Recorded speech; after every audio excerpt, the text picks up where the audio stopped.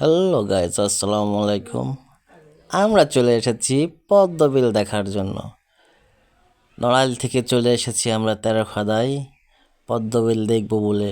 বিকেলে নৌকা নিয়ে ঘুরে পদ্মবিল দেখতে এসেছি, তাই আপনাদের মাঝেও তুলে ধরেছি। এই পদ্মবিলটার নাম হচ্ছে ভূতের বিল নামে পরিচিত। এ বিলে কোনো দিনও পানি শুকায় না, তাই তো এ বিলে পদ্ম ফুল অনেক সুন্দর ফোটে। তাই এই দেখার লোভ সামলাতে না পেরে আমরা চলে এসেছি আজ বিকেলবেলা পদ্ম ফুল পরিদর্শন করার জন্য। আপনাদের মাঝেও সেটা তুলে ধরতেছি। অসাধারণ সুন্দর, অসম্ভব সুন্দর, না দেখলেই বোঝার উপায় নাই।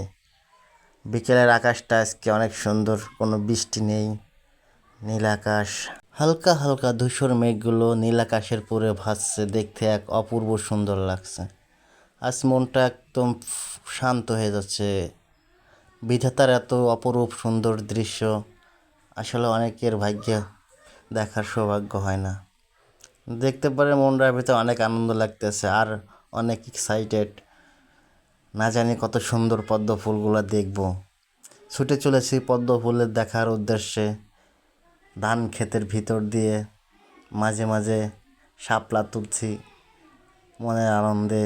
মাঝে মাঝে দেখছি পানি নালা দিয়ে, পানিগুলো কত স্বচ্ছ, অনেক সুন্দর।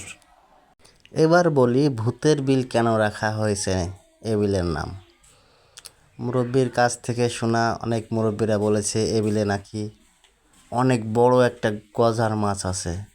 সেটা দেখতে নাকি অনেক বড়, মোট কথা দেখতে নাকি ঢেকির মতো দেখায়। তার চোখগুলো অনেক বড় বড়, টক টক করে লাল।